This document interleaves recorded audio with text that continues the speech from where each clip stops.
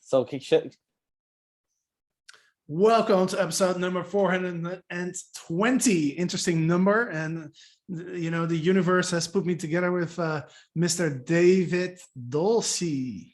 Did I how say are correct? you? Golshan. Dolce, yeah. How you doing? What's up, man? The CEO and founder of StayWithDave.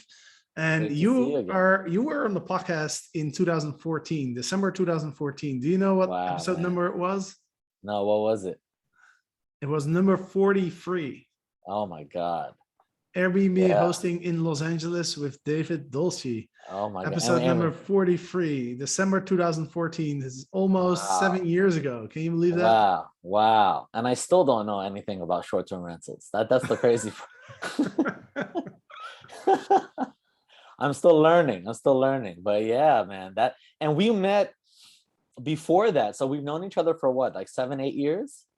Yeah, 8 I think years, we I met. guess? I think we met in the summer of 2014. I was staying with Huzaifa, the person that I started the podcast with. I Yeah. was staying at his house in, I believe it was West Hollywood. Okay.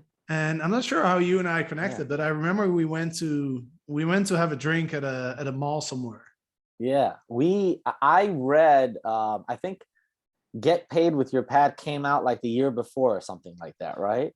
Yeah, it came out in it came out in the summer of 2014.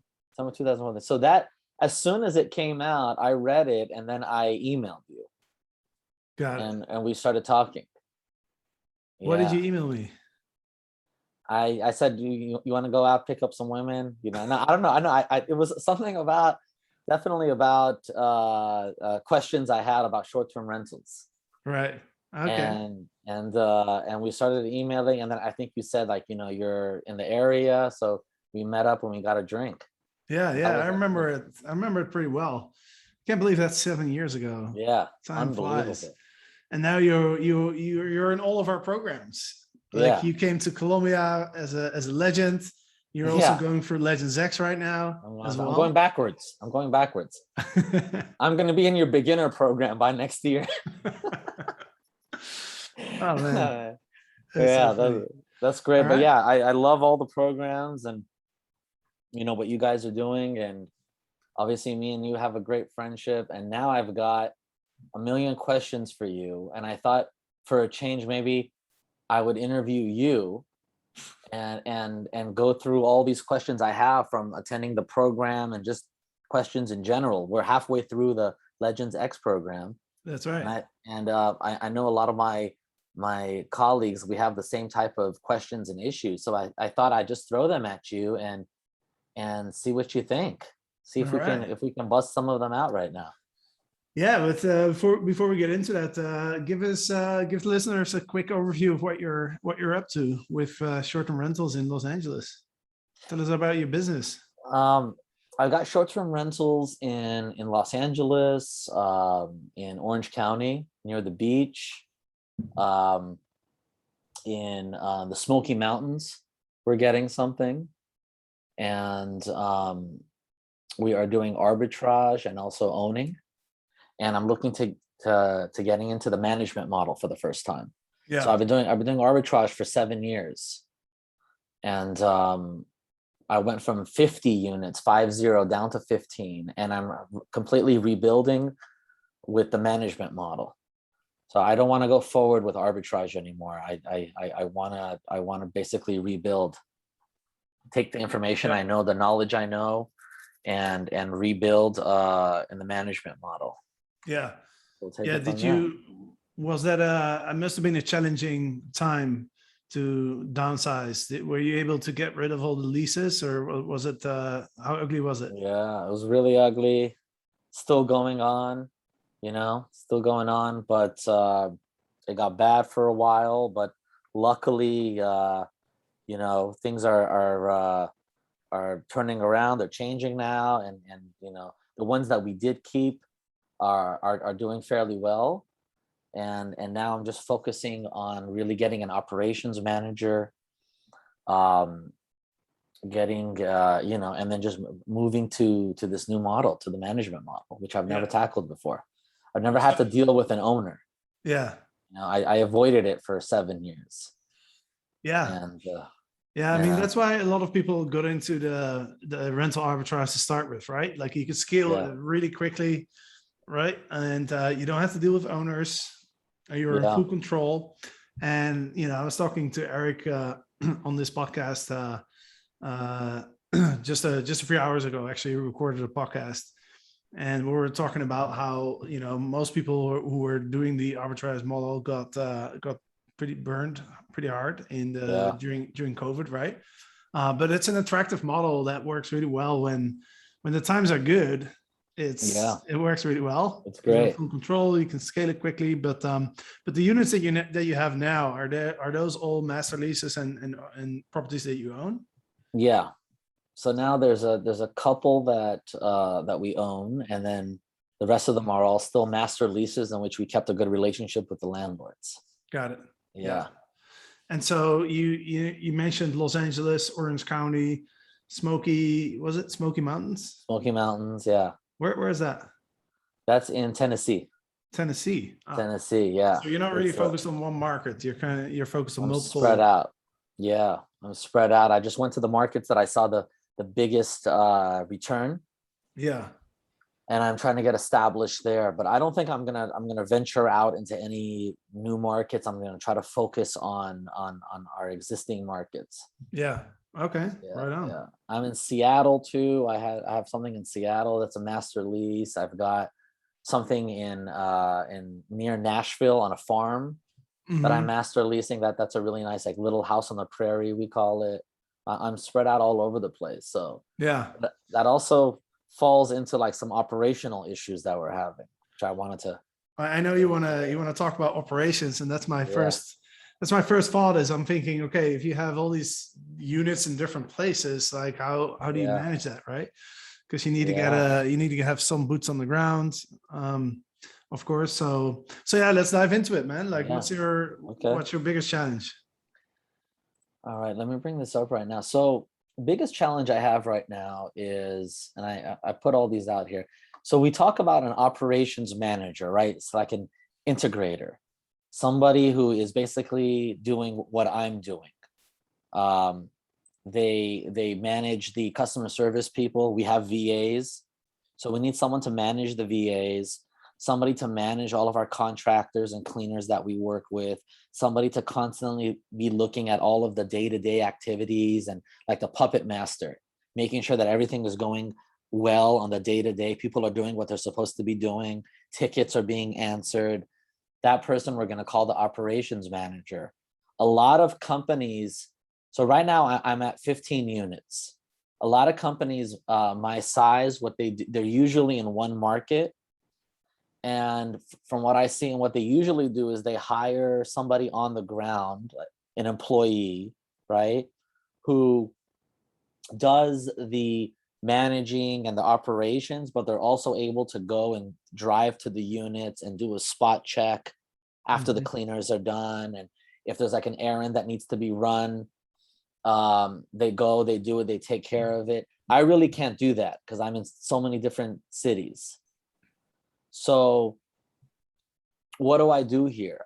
Do I hire a virtual operations manager who can oversee the entire country and have to hire local people full time? Or what do you recommend I do in my situation? Okay, so here's what I'm thinking. Everywhere you have units, you need contractors, right? You need cleaning, you need maintenance, basically cleaning and maintenance, right? Yeah, Potentially somebody to inspect the units, but I think I think that can be done remotely if you set up your systems correctly, right? If you have solid systems in place, then the virtual person could be managing the cleaners. But I mean, obviously, you need cleaners and you need a maintenance person, right. right? Those have to be on the ground, right? So, do you have those contractors in place in all of your areas? We've got contractors, but the only situation that's really working for us is when the cleaner is a cleaning company, like a mom and pop cleaning type of company, and it's like a husband and wife, and one person is the handyman, one person is the cleaner. or if the cleaner themselves, they have like a little team that can do errands and they can do maintenance. When we don't have that, when we have a company that just cleans, or a cleaner that just cleans and doesn't do errands and doesn't do any type of handyman work, that's where the problems come in. That's where we're having like major issues. We can't, because we don't employ these handymen. We're dealing in Orange County, for example. We've got a list of 8 to 10 handymen. But still, when there's issues of an errand here or going and fixing like a small thing there, we can't get them to come on time because they're not on call for us, even though we want to tell them that we're going to give you like a lot of work if you're reliable. They're doing like, their own, they're, independent. They're doing their own thing. So maybe we get them 2-3 days later, we have to schedule them. So it's becoming a big problem. It's becoming an issue. Yeah, for sure. So you're talking about if something small has to be fixed, right? Something small has to be fixed. Also errands. That's what kind of errands? Issue. Going to the store, if there's sheets need to be bought immediately.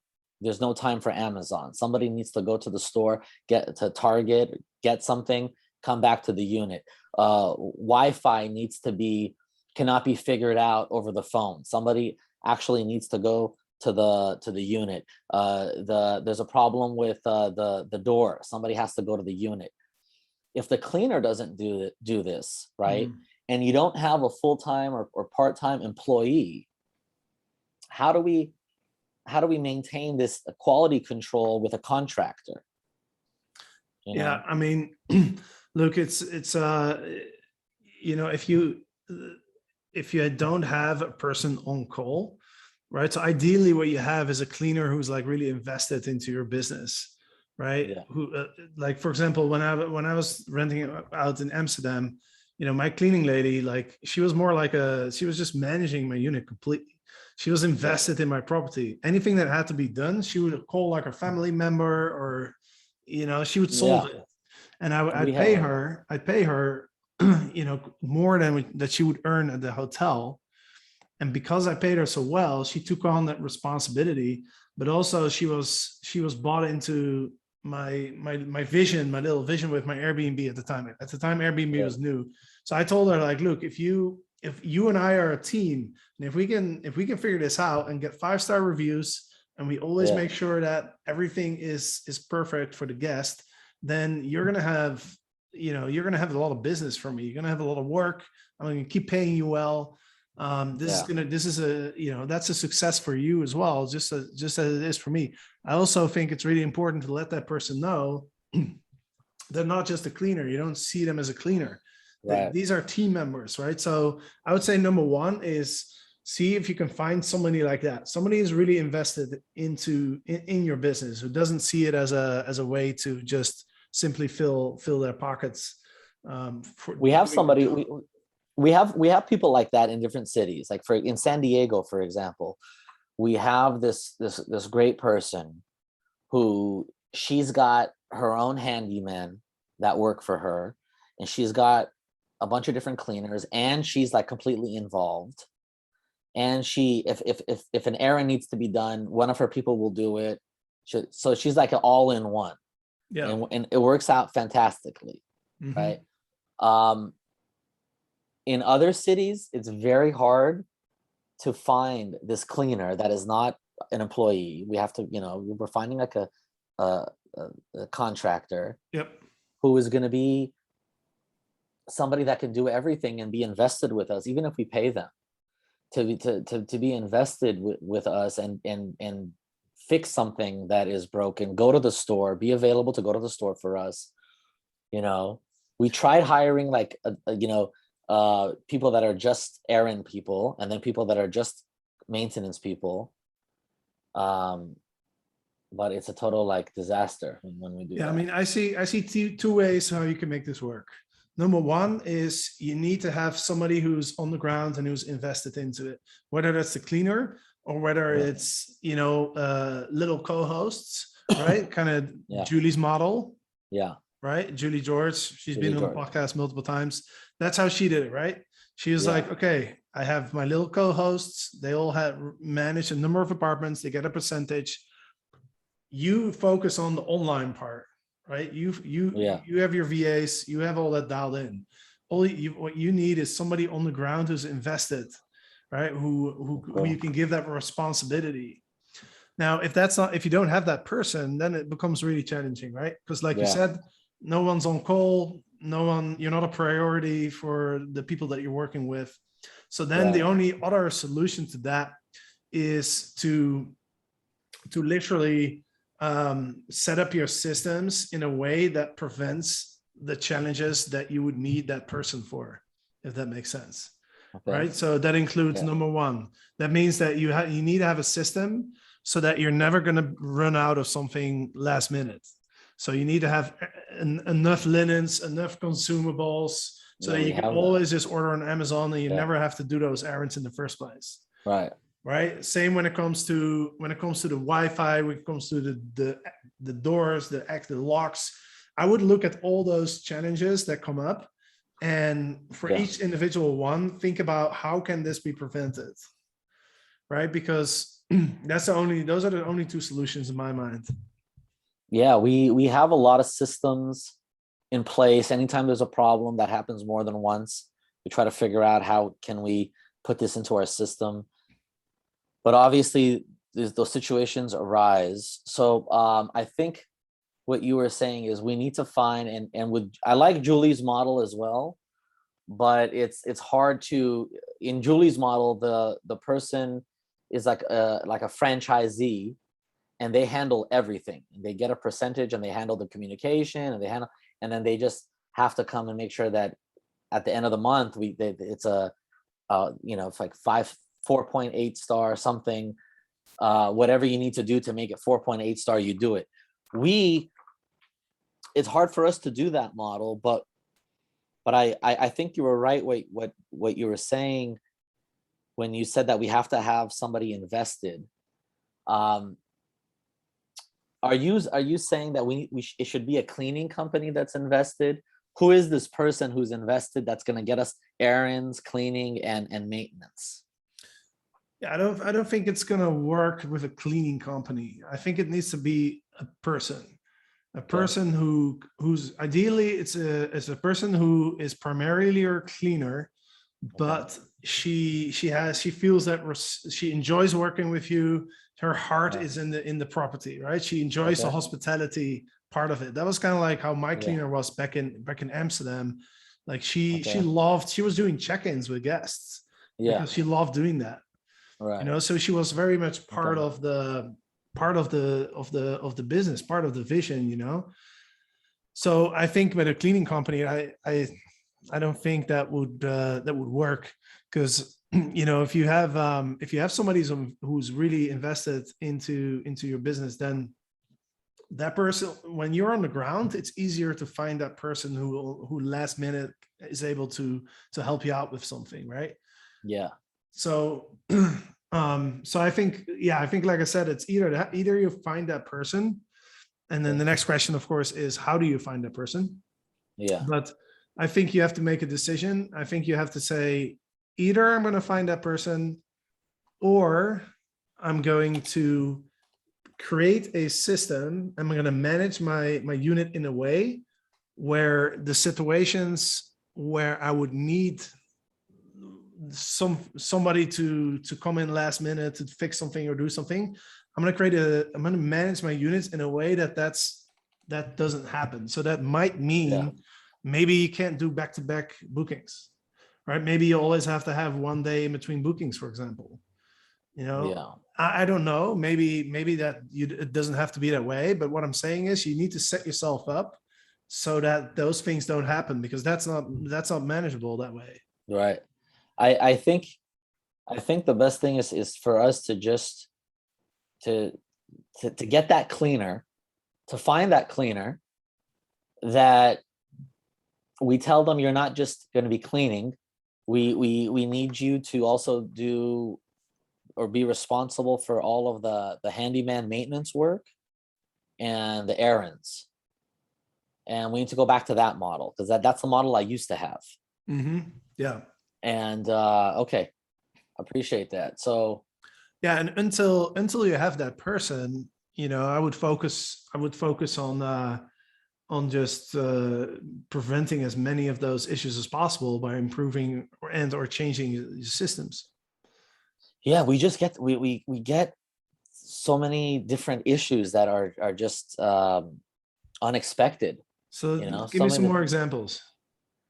Just things that you like people you won't even believe. Like, I've been doing this for 7 years, and every day I'm like, oh my God, are you serious? Just we had I have a property in the Palm Springs area, and we have it's a big it's a 6-bedroom, okay, and we're paying $400 per clean. And it's a company, it's a woman who owns a cleaning company, but she doesn't really do maintenance or anything like that, but she cleans pretty well. And sometimes she's available for errands and other things, meetups. We need people to meet. Sometimes people like utility people, they want an adult there, so she'll be available if we tell her in advance, a couple days in advance. She's available for that. We had her come in, do a clean, and then we had a handyman who we no longer have, who came and did something. He worked on something in the unit, and then a guest checked in a few hours later, and they said, like, there's a knife and a gray sheet on our dining room table, and they gave us like a 3-star review because there was a knife and a gray sheets. And basically what happened, we believe, is that the handyman came in after the cleaner, he did his work, and he left his knife and his stuff on the dining room table. So the guest mentions that in the review. Okay, so now we create a ticket to find out who left that stuff on the table, to track that person down, because we had a couple handymen in there, and then to make sure that it never happens again, and add it to our list. But and then next day something else happens, like Okay, so let's take this example. So how do we create a system so that that's prevented? Because that stuff like that's going to happen all the time. That's always going to happen, right? So how can we develop a system where we can make sure that if something like that happens, that it's solved before the guests arrive at the apartment? How do we do that? Well, what I would suggest is whenever there's maintenance to be done, the cleaner always has to come in an hour before the guests arrive, or maybe, an hour after the handyman leaves. If somebody does anything in your property, somebody has to always come back and check the property, right? Okay. You can't rely on those handymen. Like, those handymen are not in the business of getting 5-star reviews on Airbnb. Yeah. Right. You're in the business of getting 5-star reviews on Airbnb. So you got to have a system where somebody inspects the property if a maintenance has taken place. So every single time there's maintenance that has to be done, and a guest has not checked in yet, we should have the cleaner come back and do a spot check. Somebody has to check it, because you can't rely on the handyman. You can't tell the handyman, like, hey man, make sure you leave the property so that we can get a 5-star review, because the handyman that's not his business. Yeah. Okay. See, logistically it's going to be a little bit of an issue, but if it needs to be done, it needs to be done. You know? Exactly. So, and look, obviously there's, when you're in multiple markets, those are the challenges that you have to solve, right? Yeah. So but that's always going to happen. So that you have to have a system, because that's you're never going to be, stuff like that is always going to happen. Yeah. Okay. Because we're relying on the handyman, because the handyman is also our inspector. Okay, so he's in charge of making sure we bring an inspector in. We use Breezeway for our Mhm. cleans, Yeah. and that's another challenge. If you want, we can dive into that. But I'm getting independent contractors and cleaners that are not too tech savvy to use Breezeway on every clean. Hmm. That becomes a challenge. But we have we find handyman, and we for twice a month we set up inspections in the unit on Breezeway. And this handyman was actually one of the inspectors. So we didn't anticipate that he would be the one to actually not leave like the place 5-star worthy. We had to get rid of him. But I do like that idea. I'm gonna put in here, I'm gonna write in here, every single time some kind of work is being done in the unit, bring the cleaner back, pay her whatever it is, like a small fee to come back to the unit and do a spot check of the unit and then leave Yeah. to save us from the guests review. So I'm just gonna write over here, after every maintenance task, cleaner comes back. Is that what you guys do? Yeah, I mean, our units, what we have our cleaner do is an hour before the guests arrive, the cleaner goes to the unit, and just do just like a last minute check, right? Also, something might have happened overnight, like some leaves will fall on the patio or some bird poop somewhere or whatnot. Yeah. Right. Then she goes and makes sure everything is good to go for the guest. And that doesn't take very long usually, right? Is that before every single check-in? Yeah. Before every single check-in, you have your cleaner do a spot check an hour before. And even if no one's been in the unit for that period of time, you still have them come back. Yeah, we still do that. Because we're in a kind of in the woods, Yeah. Our cabins are in the woods. Like, I don't know if that's necessary for, if you have a downtown apartment condo or something, then I don't think that's necessary, right? Because nothing's going to happen in the condo overnight. Yeah. If no one was in there, then nothing can really happen, right? But if you have cabins in the woods, then that's a bit of a different story, right?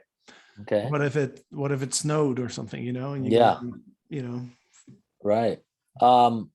And do you how do you check on to make sure that your cleaners are doing the spot checks and to make sure that they're doing the cleans and all that stuff on time and they're actually making it, they're actually doing it? Do you use Breezeway or? Yeah, I mean, we're setting all that stuff up right now, right? For this property that we're bought in Idlewild. But I think going back to your question before is like, how do you make sure that your cleaners deliver the standard that you expect them to? Yeah. That all comes down to the job scorecards, right? The KPIs. Right. Like you want to give your cleaners a very specific job scorecard that exactly describes what they're responsible for and how they're being evaluated, what their KPIs are, right? And those KPIs could be, the number of times somebody in the review mentions that the place is really clean, the cleaning rating, like 0 guest complaints around cleaning. You gotta have KPIs because the cleaners need to understand how they are being evaluated. Plus, I also believe there should be a financial incentive for when the cleaner achieves the KPIs, right? And for those who are listening don't know what a KPI is, it's a key performance indicator. That's how you measure success, right? So we have KPIs for our VAs, which I wanted to get into briefly, and we have them, and I created them newly for this new operations manager, so we create KPIs for every single role in the company, including vendors and independent contractors, right? Yeah. Okay. So every cleaning company or every cleaner, should have a job scorecard and with KPIs on it, Mhm. even if Yeah. they have their own company and Yeah, whatever the everybody who situation. works for you, right? Because how else are we going to measure, their success, and how else are we going to motivate them and keep them accountable and incentivize them do the best job possible? Right. Now, is that the way that you maintain quality control with people that don't work for you, like vendors? Um, How are you keeping like a well, I mean, quality control? there's a difference between vendors and contractors, right? Contractors work for you. What do you mean by vendors exactly? Oh, I just mean that I mean both words as the same thing. Basically, anybody who is not your employee, but who's doing tasks for you. Look, anybody who you work with on a consistent basis should have a job scorecard with their responsibilities, their KPIs, and a Right. way to incentivize them to do an excellent job. So they should Right. all So, have for incentives. example, just to give you an example, like, look, if you have a cleaner, and let's say you have a cleaner and you have a handyman, right? Yes. Now let's say the sink is leaking, and that's not something that the handyman can fix. You need to hire a plumber for that. That plumber is going to come in once, fix the thing, and then he's out. You're not going to create a job Yeah. scorecard for that person, right? Yeah, those are the one-offs. Yeah, the one-offs, or maybe a couple times a year something happens that you need a plumber for. But the people that are consistently working for you month to month, those people should all have a job scorecard. So if And it's you a should do handyman monthly. that's coming a couple times a month, at least he should have a job scorecard for sure. Yeah, Okay. yeah. If the person works consistently for you, then then I think it's worth creating that job scorecard, because that's, like I said, that's the way how there's so many benefits to having that in place. It makes it clear to them what their responsibility is. It gives you a way to evaluate them, because everybody who works for you should Yeah. be evaluated on a monthly basis, right? Every month you should have a Yeah. meeting with each of your team members and look at your job scorecard and look at the responsibilities and rate them, give them feedback. How can Yeah. they improve? How can they be more successful the next month? Because if you don't give them the framework, then they're kind of in the dark, as to Yeah. what they're doing. So, and that also disconnects them from the business.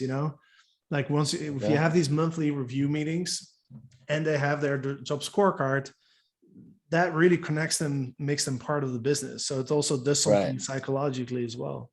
What would be the top 3 KPIs for a maintenance person, a cleaner, operations, and a VA, like customer service? Or we can just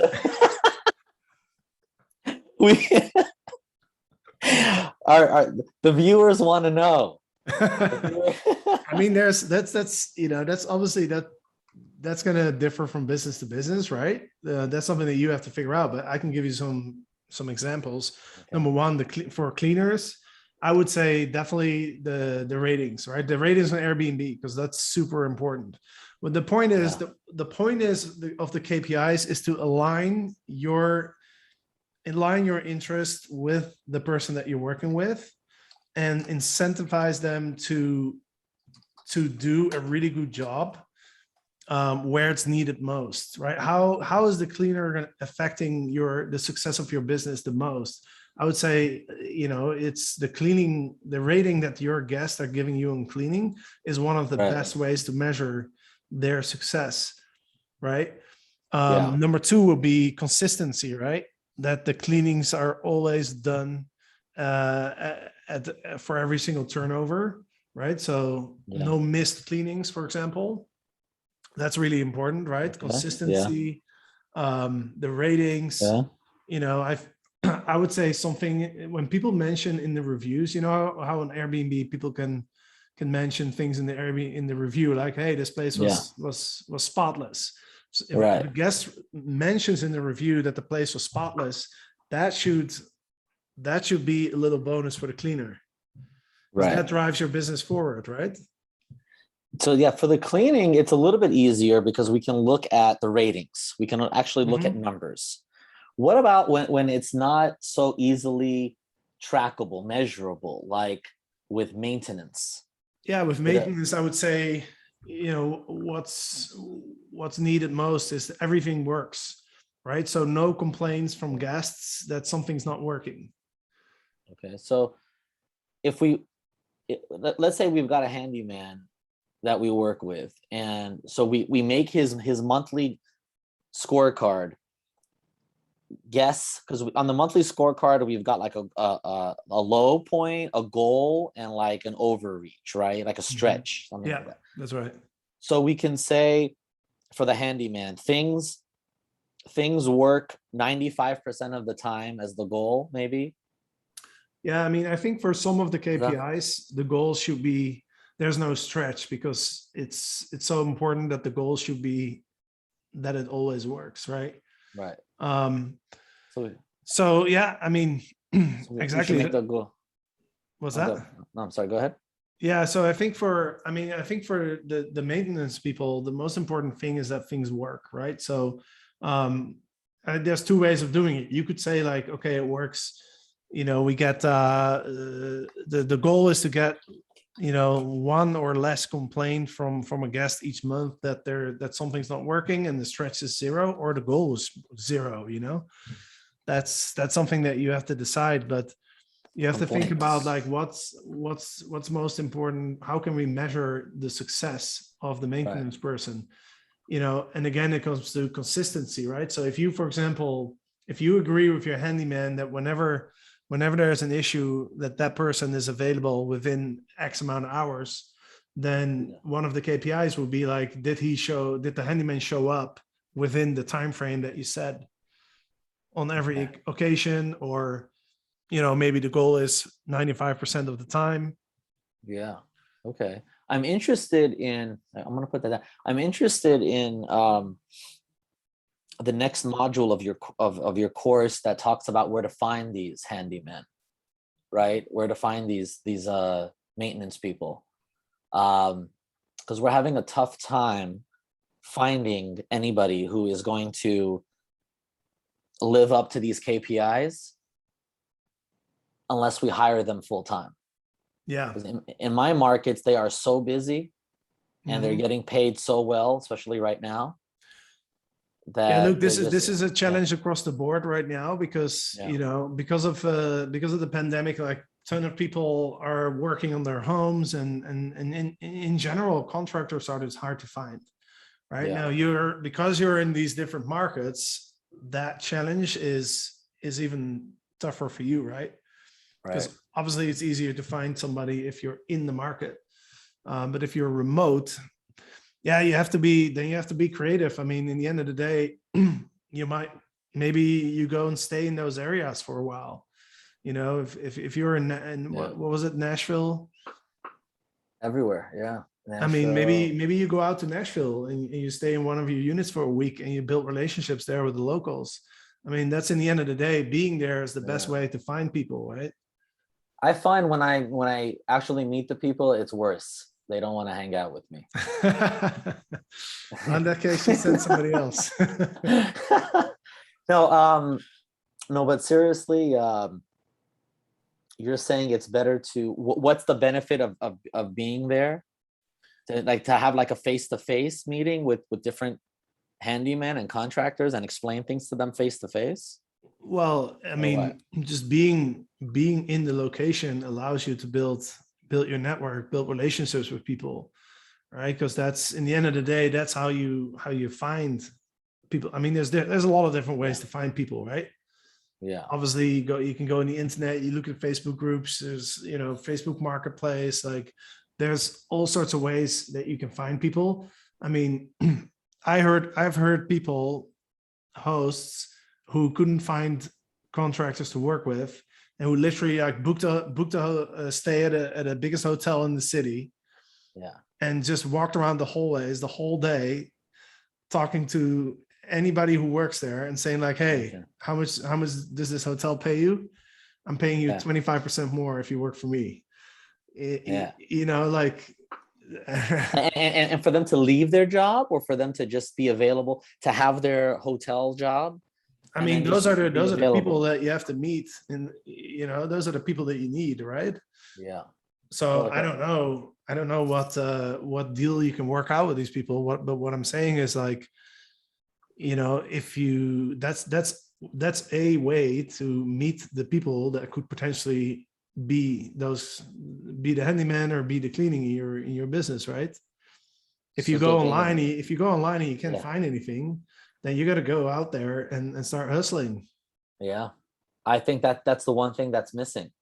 I'm, even in here where I live, we're looking at places like Thumbtack and Yelp and other marketplaces, and these people are so busy that they're not the kind of team member that is going to be available like when we have like a small issue.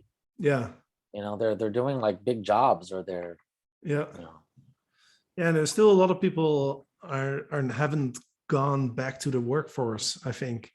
You know, I was looking at some economic figures, and I think the labor force participation rate is still a lot lower than what it was before the pandemic.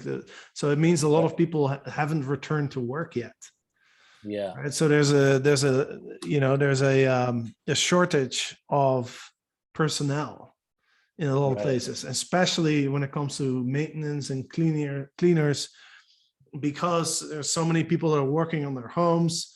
I mean, short-term rentals in general are exploding, right? So, you know, especially in smaller markets, like it's hard to find people, Okay. you Yeah. know? So That's you gotta kind of go outside of the box. Like you can't just look at Yelp or Thumbtack. Like you gotta go beyond that, right? You got to get down into the hotels, You gotta be creative, get in the yeah. trenches and hustle. Okay, yeah, I like that idea. Do we have time to talk a little bit about regulations? How about we do part two? Okay. All right. Okay. Well, thank you for answering all these operational questions. Yeah, man. Well, this is fun. You know, we'll do a part Yeah. two for sure. We'll do part Yeah. two. I hope this was very helpful for the viewers. Yeah, I'm sure it's To- helpful. I mean, people, I mean, look, we are all dealing with the same challenges. All right. The details are different, but they're the same challenges. Yeah. Right. So yeah, man. No, Yeah. this was fun. We'll do part two next week. Okay, perfect. I got All right. a lot of things answered. I really, really appreciate it. I made notes, and I'm looking forward to talking to you again for the next installment. All right. Well, let the Of, listeners know how they can stay with Dave.